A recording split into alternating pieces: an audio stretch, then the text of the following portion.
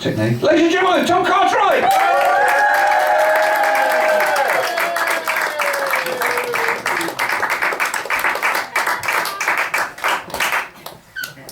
Hey! Hello! Right, Tom. Well done, Tom. 2-6, Tom. 2-6. I'm the second, mate. Right. Hey, Tom. Nearly there. 4 more. I got 1 second. I'm going to see it down here, gentlemen. Warm it like. Anyone ready now? Anyone ready? Go. For those who don't know, I'm Tom. Just Tom. Unless you're my wife, then I'm useless dickhead. Or floppy cock. Told me that the other day that my wife actually called me sex bomb. Sex bomb. Yeah, because when she touched my inner thigh, I just exploded.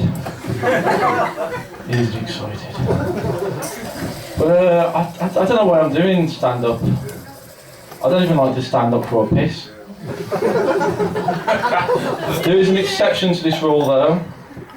And if you're a gentleman out here and you deny it, you're lying.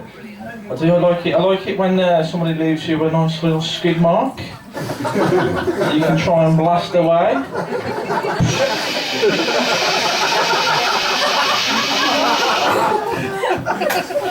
There's no disappointment out there though, is there, than only being able to get half the job done.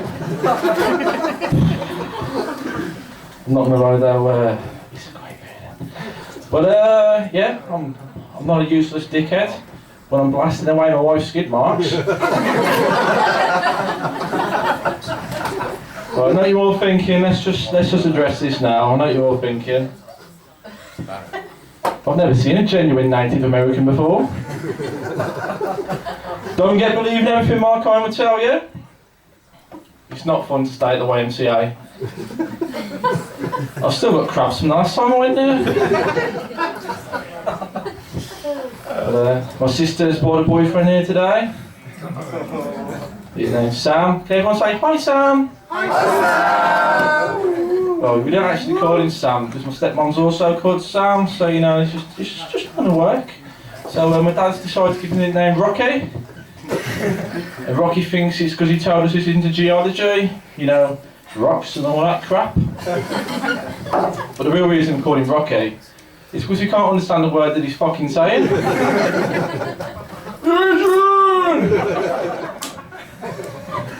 I'm only joking, Rocky.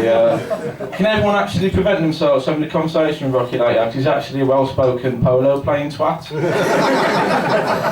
I'm only joking, he doesn't play polo.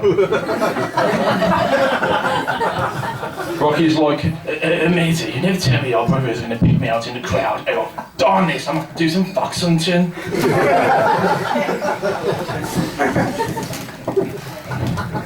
Is that mate you thought would be next to you there, Rocky? He's looking at me like it's white. He saw me on Tinder. What's your name? Kai. Everyone say hi, Kai. I could be wrong here, because it won't be the first time. But isn't Kai more of a black man's name? Was your parents one of those people that used to listen to Tupac and they'd be like, I can relate to all this fog's life. But it's nice to see that the Michael Jackson treatment's going well. I don't mean the fact that you look like you've been molested. But yeah, I reckon Kai and Rocky are going to console each other later. I was thinking like, Rocky, are you okay? Are you okay? Are you okay, Rocky? Rocky, are you okay? Are you okay? Are you okay, Rocky?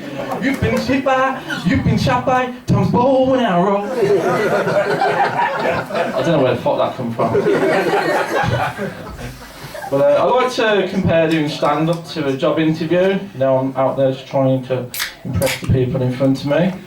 And I take on board the advice that my nan gave me about 14 years ago, to alleviate some of the tension. I just imagine whoever's in front of me naked. And in all fairness, once again, I wasn't expecting my mum to be in the front row. But I just want to say thanks to this bloke here with the 3 nipples. I think he's just cured my erectile dysfunction. it's nice to see that it's not just me who's penis bends to the right. And to the woman over there, rewind. To the hermaphrodite over there, who's giving me the dirty looks. Go fuck yourself. Sorry, I didn't realise that was you, auntie. I mean, Uncle Nathan. But it's nice to see there's a lot of ladies out there bringing back the bush. Yeah.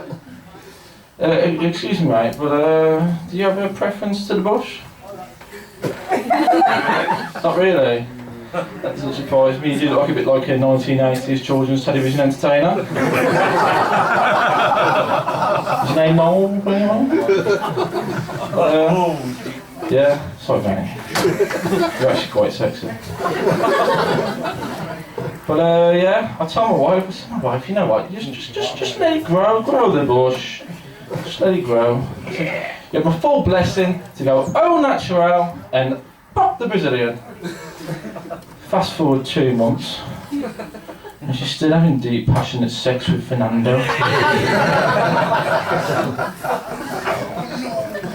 I've been trying to win my wife back, but Fernando is tough, I should say stiff competition. Whereas at best, I can only achieve semi. The other day, Fernando ran out of batteries. So my wife's been aimed into something more relatable. Tom. Now she's got 2 useless dicks in her life. As I said, in fact, I just want to just say this. It's not all doom and gloom in my sex life. Don't mean to blag, but yeah. I lasted 6 minutes the other night. Yeah, 6 minutes. After my sexual performances, my missus is like Julius Caesar. She gives me the thumbs whether it's good enough or not. But normally she puts it down and I have to go, "Are you not entertained?" But this time, 6 minutes, she gave me the thumbs up and she gave me a compliment. Well, I take it as a compliment. Anyone who knows my wife, they know that compliments don't come thick and fast. But what she said to me after she lay down, put the thumbs up, she said, "Oh, fair play, Thomas. You just lasted longer than Gemma Collins in the jungle." Well, cheer, babe. I'll use that in my stand-up. But as I said, like, I like to compare doing stand-up to a job interview. And before I got my latest job, I just kept getting turned down. And it was really hurting my ego. I knew I had to change. I just knew I had to change. So I did. I started getting job offers left, right and centre. As soon as I started to identify as a disabled pregnant Native American. I'll be honest, I love my new identification. I love it. I can park where I want. Has anyone noticed all these gangster rappers walking around with a limp? Just so they can get the front of the supermarket. But yeah, being pregnant, I no longer have to have an excuse for why my breasts are getting bigger. Well, yeah. I've got to that stage in my life now though where metabolism's just fucked off and it ain't coming back. It's just not a good time. But yeah, it starts to go off in your early to mid-20s and my weight fluctuates now. I didn't realise it happened until one day I was on a night out with my missus and our friends. The next day I logged onto Facebook and I got tagged into a photo and I pointed at a picture of myself and I said, "I can't remember that fat fucker being out with us." Sad times. But yeah, I love my new identification. Just don't get calling me a red Indian because that's just racist. The other day I was walking down Blackheath High Street. You were? I was. And these young adults, they started doing this to me. And I was fuming. I wasn't going to take that. I was absolutely fuming. So I said to them, I said, "Oi, you little Nazis. Who do you think you are? Go suck off a cowboy! The next day I was telling my mate Luke about this at work. He's from that neck of the woods. I was starting to feel really guilty because he explained to me that's how they still communicate in that part of the black country. Tom. Smoke signals. Still live in teepees, don't they? That's why I'm moving now. But yeah. And I started to feel even more guilty when I realised that can I have 2 on your cigarette, please? Well, let me tell you something about this disabled, pregnant Native American. I saved a child's life the other day. No one going to congratulate me for that. It was young Akimbobo from Ethiopia. Akimbobo was looking death in the eye, so I intervened at the very last minute and saved his life by typing Amen into Facebook. But talking about Facebook, Mum, can you stop posting photos of your garden? They're fucking shit. Nobody cares about your autumn colours and your Water Scout sky.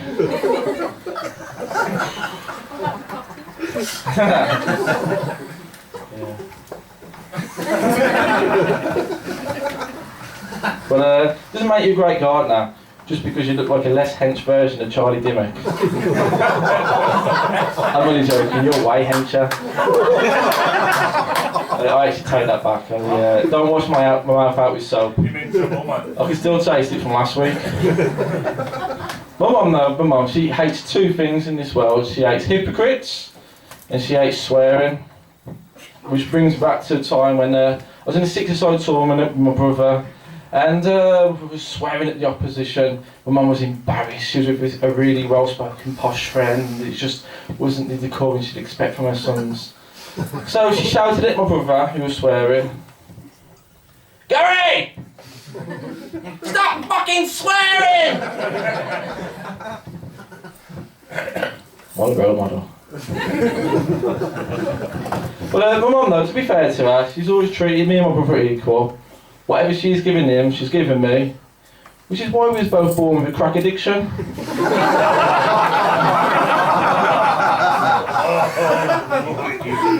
But my mum's in a long-term relationship with a bloke called Frank. Right, Frank, I wasn't expecting you to be here today.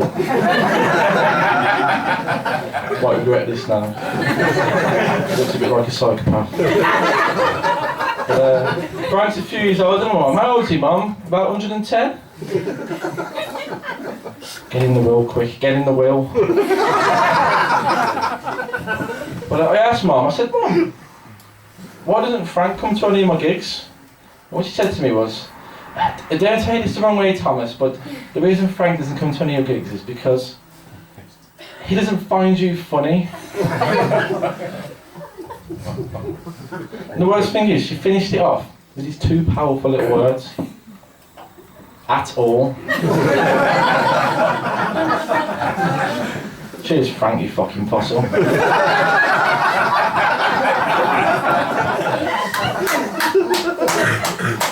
Talking about Frank, I was at the doctor's surgery the other day for something we have in common. Erectile dysfunction. Well, we used to. And as I was sitting there, I noticed a dwarf to my right. And something happens to me when I see dwarves. Is there any dwarfs in here? I'm in the clear. So, anyway, I'm allowed to say this anyway, because my mum's a hobbit. But, yeah, there's a dwarf to my right, and just because it's realistic, I'm going to pretend you're the dwarf. So, something happens to me when I see dwarfs. I get anxious, because I'm a nice person, and I just want to make them feel normal. And sometimes the best thing is just to pretend they don't exist. And I should be good at that, because that's what I do with my wife. But, yeah. the other part of me he just wants to have a stare. I just want to stare, and it's really bad, I shouldn't admit that, but it's not every day you get to see a dwarf. So here I am, I'm just trying to battle my demons in my head as I'm sitting there in the waiting room. And then, Tom, don't look, don't look, don't look, don't look, don't look. Okay, you can do better than that. Don't make him feel abnormal. Tom, don't look. Don't look, Tom. Don't look, don't look, don't look. But Tom, take your call. Don't look. Don't look. And then eventually there was these adults that noticed what I was doing. They started to laugh. And then the dwarf catched on, and he felt a little bit insecure at this point. But I couldn't help myself.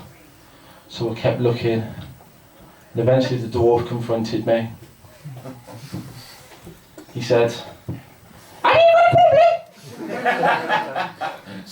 He didn't actually have a high-pitched voice. I'll just give him one because he was a bit of a dickhead. But I said, I'm really sorry. I don't want to make you feel small. Well, I thought I recognised you from my internet history. I just couldn't believe I was being confronted by the leading actor of Snow White and the 7-Inch Dwarf. And then what he said to me was,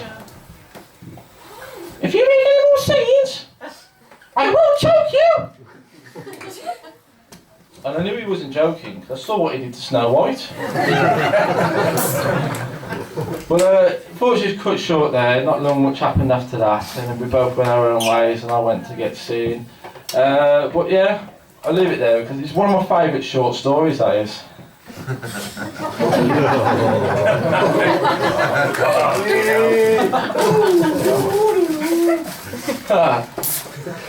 I'm ashamed of that one. Anyway, it's not the first time in my life that I've been confronted on.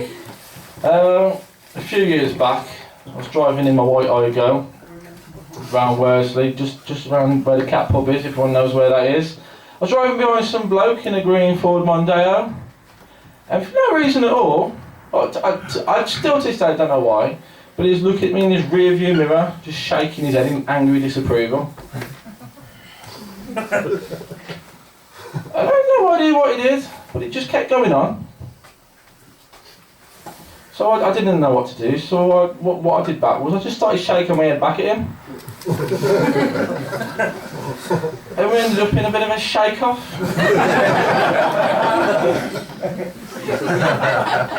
I'll be honest, I'll probably lose a few brain cells in that experience, but we ended up stopping outside the lights at the cat pub. And he decided to raise the stakes, and he gave me the international "Are your parents cousins" symbol. Duh. And I was like, "How did you know my parents were cousins?" But I weren't going to take that. So I decided to raise the stakes myself. And obviously, at this point, I thought this was just some old feeble bloke with an egg in a nest and some glasses. So I gave him the international "Are you a cowboy" symbol. Wanker! Wasn't a wise move, because he decides to raise the stakes even higher now. So he's in his car and he starts pointing at the pavement angrily. He's pointing in the same manner that my wife points where I've left my keys. "Fucking there, you dickhead, you blind twat!" He's offering me now. He's offering me to get out my Igo, walk to the pavement, have a scrap, and then get on with my own life. I couldn't believe it, so I decided to lower the stakes now. And I started to just shake my head again. So that seemed to, he thought I was mimicking him again, so I made him angrier. So he gets out of the car, and this old, feeble, egg in the nest, four-eyed man turned into some 6'4", bald-headed UFC monster of man. I didn't want to engage in a fight because I left my bow and arrow at home. So I did what any other normal man did. I tried to drive out of the way. And then he jumped on my bonnet. So he's on my bonnet now, slamming it like King Kong. And now I'm driving past the church in Worsley, heading towards the Lazy Quest, and he's still going, I didn't know what to do, so I just turned my windscreen wipers on. Didn't do the job, so I gave the windscreen wash a go. So we got past the Lazy Quest, and then eventually I heard.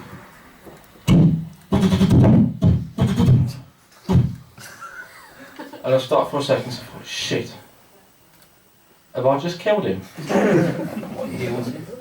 Within seconds, I could see the bald, angry monster chasing again after me in the rearview mirror like an absolute maniac, in the same anger that my wife gives me when I leave the toilet seat up.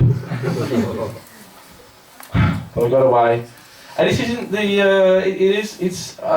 I just can't believe that someone would start me for no reason.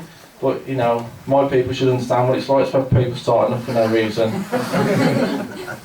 But talking about that, I was actually, the other day, all of my possessions got took off me by some young adults on horseback. I suppose that's what happens when you walk through Pensnet on your own.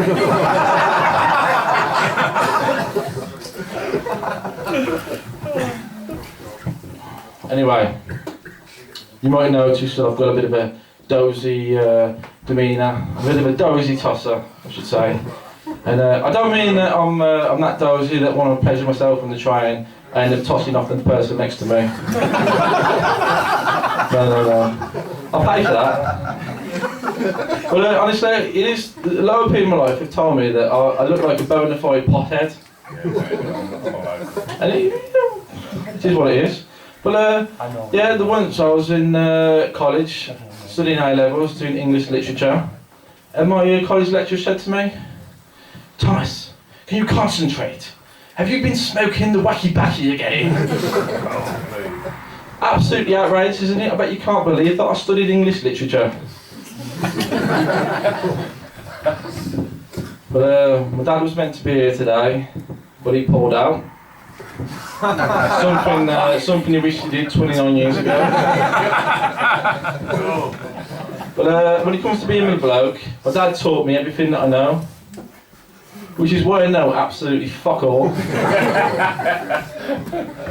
But yeah, it was my dad's fault. I work in an office now. Before then I had a job briefly in a factory. Because of my dad, for the first day, I spent the whole day looking for a left-handed screwdriver. But yeah, I work in an office now, and if you work in an office, it's just full of blokes who are just terrible at DIY. It's terrible. We brag about anything that we're good at DIY, or anything that we've done the previous day. I went to my mate's side the other day, I said, oh sorry, you wouldn't believe it, but I changed the light bulb the other day. So I was like, well, was it a twisty one, or was it push and twist? Was it push and twist? And I'm like, yeah, it was push and twist, it was push and twist. And he's like, oh, well, I bet that got you a blowjob, didn't it? And I was like, yeah, it did. Despite the fact that it didn't, because it was actually my wife that changed the light bulb.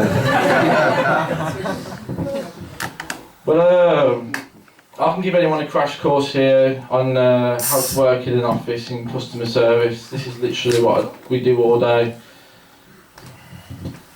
Hi, you're through to Tom. How may I help you? Okay, yes. Right, okay, yes. Okay. Do you mind just putting hold while I just ask my manager? www.google.co.uk. TP's for sale in my area.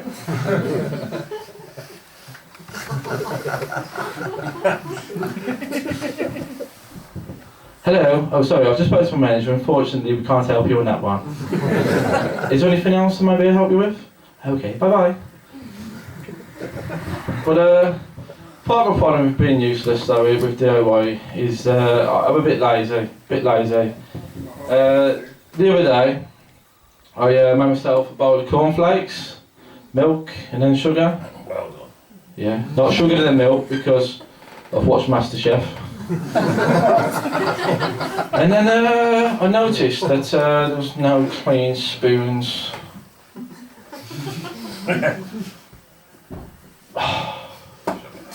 So I just stared in the sink for about 2 minutes, trying to find the least dirty spoon. And they all had dried up food on them. And I'm sure you can agree that it's no easy feat cleaning a spoon with dried up food on it. So I did what any other sane man would have done. I ate my bowl of cereals with a ladle. I'm not going to lie, I would have gave the potato peel a go before I cleaned the spoon.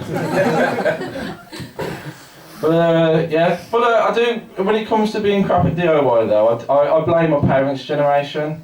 Because whilst I was out there fucking up the economy, we were locking ourselves in our bedrooms, wanking over Euro trash. You know you did that. That's quality. That's all you could get. I was let them casual debate about Euro trash over there. Been there, done that.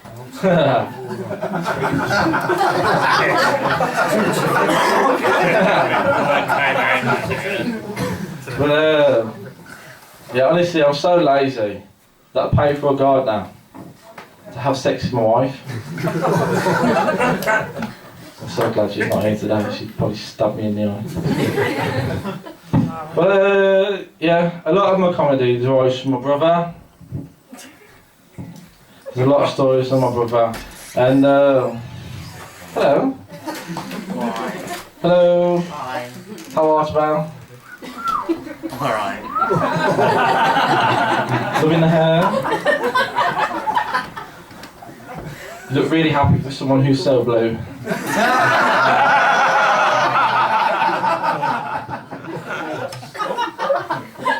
Dozy tosser. But yeah, a lot of my comedy advice to my brother is just a book of comedy. And this story I'm going to tell you today relates to a time where I came back home the one night. He wasn't expecting me, and he happened to be on a date. And what I walked in on was my brother, Gary Cartwright. He on a date with this girl, and she's only about 40 stone. And if you know my brother, he's a very slim character, very slim. Honestly, she was so big that when she hugged him, he just disappeared. But yeah, what I walked in on my brother was, he was feeding this girl pizza. Like, Papa. I couldn't believe what I was seeing, and I was just there, just having a proper stare. Couldn't believe what I was seeing. Eventually, he looked at me, he's like, he gave me the eyes. I knew what his eyes, because you know your brother, and he said to me, "You better not use this 10 years' time when you do stand-up comedy." But yeah, he was feeding her pizza, and she was quite nice and pleasant actually, because she actually offered me a slice of pizza. Well, I said no. She ruined it. She put pineapple on it. I've got no jokes about pineapple on pizza, it just pisses me off.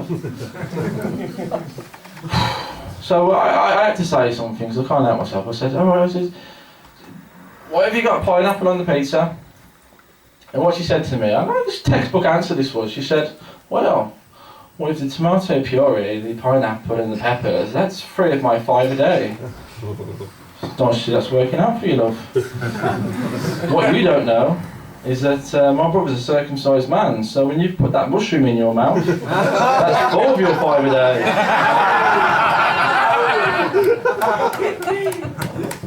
But I'll tie down. But yeah, there's a lot of people in this room who actually know who this girl is, and I just don't think it's fair on her to say what her name is. It just really wouldn't be fair if everybody in here was to know that she shagged my brother. I expected a better reaction than that. But yeah, I've got one last story for you. You might have noticed from one of my previous gigs that I mentioned that one of the worst things that could happen to you at school was it's become common knowledge that your parents shop at Aldi, Lidl or Netto. And this story relates to a time when I was walking back home with a couple of mates. I was 14 years old, and from a distance I could see my mum and dad unloading the car with Netto bags. And I was panicking. Dudum, dudum, dudum. So I knew I needed a distraction because there's no way in hell I was seeing my mates, see my selfish fucking parents carrying these Netto bags. Fortunately, a distraction came in the form of the local town vicar, Reverend Pedo Peterson. So I thought, you know, I'm trying to make a conversation with the vicar, you know, that's a nice distraction, people don't see that every day. I was like, oh, Revy, Rev. Mate's looking up, what the fuck are you doing? So I start looking at the Reverend, we're both looking at each other like we pray, but for two different reasons. And eventually, I was just looking at it, the words just wouldn't come out. I thought, you know, I've got myself in a bit of a predicament here. But eventually, what I said to him was, forgive me, Father, if I'm about to sin. And some people might have clocked onto the fact that that was the wrong use of words. I didn't know at that time the difference between a vicar and a priest. All I knew is that they had a sexual preference to choir boys. So yeah, I've got his attention now, and he's looking at me like, is he gonna offer me a blowjob? I looked at him like, does he think I'm gonna offer him a blowjob? And he looks at my mates, he's like, oh, maybe a foursome.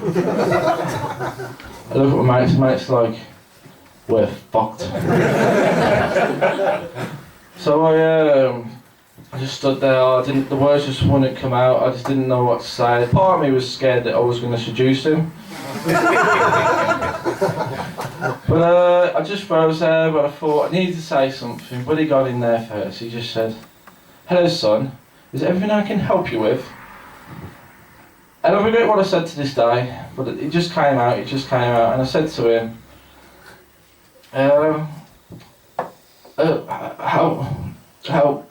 how do I become a choir boy? And then he started to lick his lips. And I thought, fuck. So I looked at my parents, and they were still unloading the car. I was stuck. Mate shouted over, you're gonna get us fucked, mate. My heart's pounding at this point. And I said, yeah, I don't want to part of the choir really. And then he starts to turn around, and my mates are like, come on Tom, let's play FIFA. That's what we were doing to do. My parents unloading the car, and I panicked and I thought, I need to do something about this. So I jotted towards the vicar. I just slapped his arse, and I turned around and pegged it. My mates were running as well. It must have been about 500 metres. We turned around to realise he wasn't chasing us. And I felt a little bit inside, to be honest. Then again, I was probably a little bit too old for his taste. But yeah, I say, I've been Tom. Just Tom. And I'll go back home now to being useless dickhead. Thank you.